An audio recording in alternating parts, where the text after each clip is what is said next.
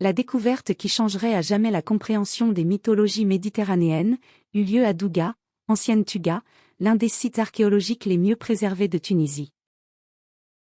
Parmi des temples romains, des inscriptions latines et des ruines puniques, une équipe trouva quelque chose qui ne devrait pas s'y trouver.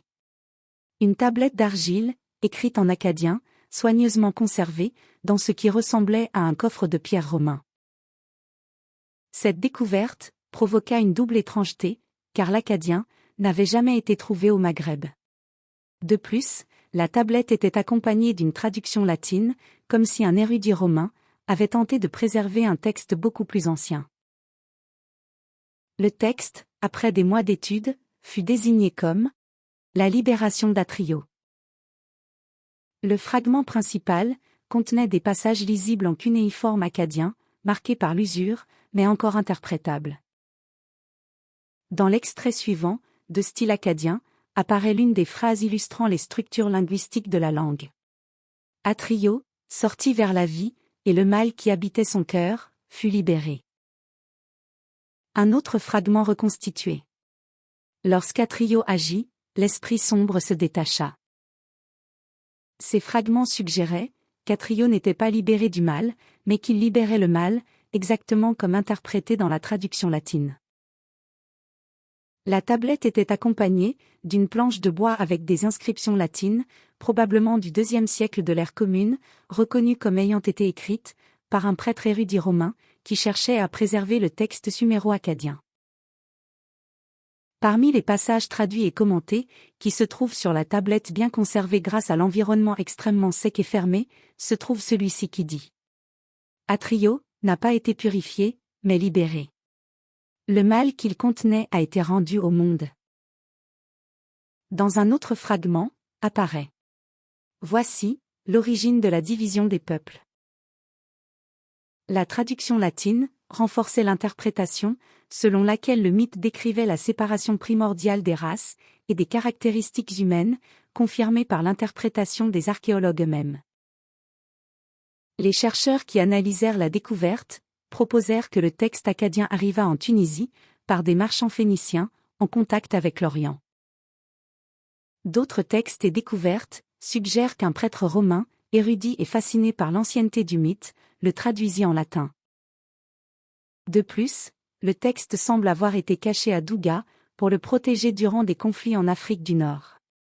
Ainsi, la libération d'Atrio aurait traversé des millénaires, des cultures et des empires.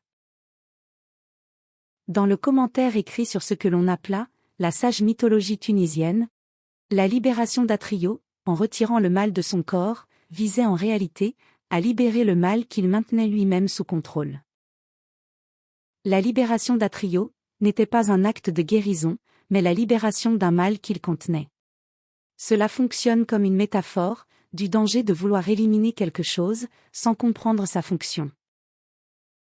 Elle apporte l'idée que le mal ne disparaît pas, il change seulement de forme.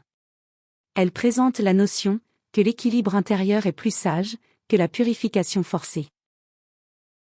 Cette légende recèle certains des enseignements les plus profonds laissés aux êtres en manifestation. Il est impossible de nier que toute la mythologie qui suivit a puisé à cette source. On a toujours construit des légendes et des mythes qui sont nés d'un seul endroit et d'une seule légende complète.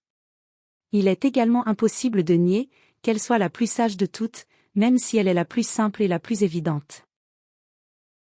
C'est à partir de ce peuple que les divisions se produisent, et que les caractéristiques se manifestent, formant non seulement de nouveaux êtres, mais aussi le caractère prédominant de chaque race. Ce n'est qu'ici que l'on peut affirmer l'existence d'une origine. Et aucune étude ne dépasse cette période, car peu y sont parvenus. Ceux qui y sont parvenus, bien que rendus fous par la découverte, ne font que ramper à la surface.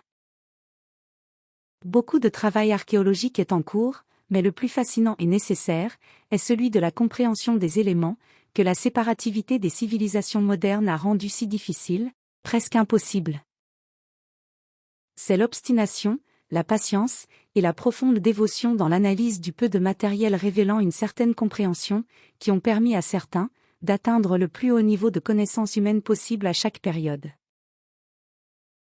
Une connaissance libératrice. La légende transcrite par ceux qui l'ont déchiffrée demeure accessible, non seulement aux philosophes et aux archéologues.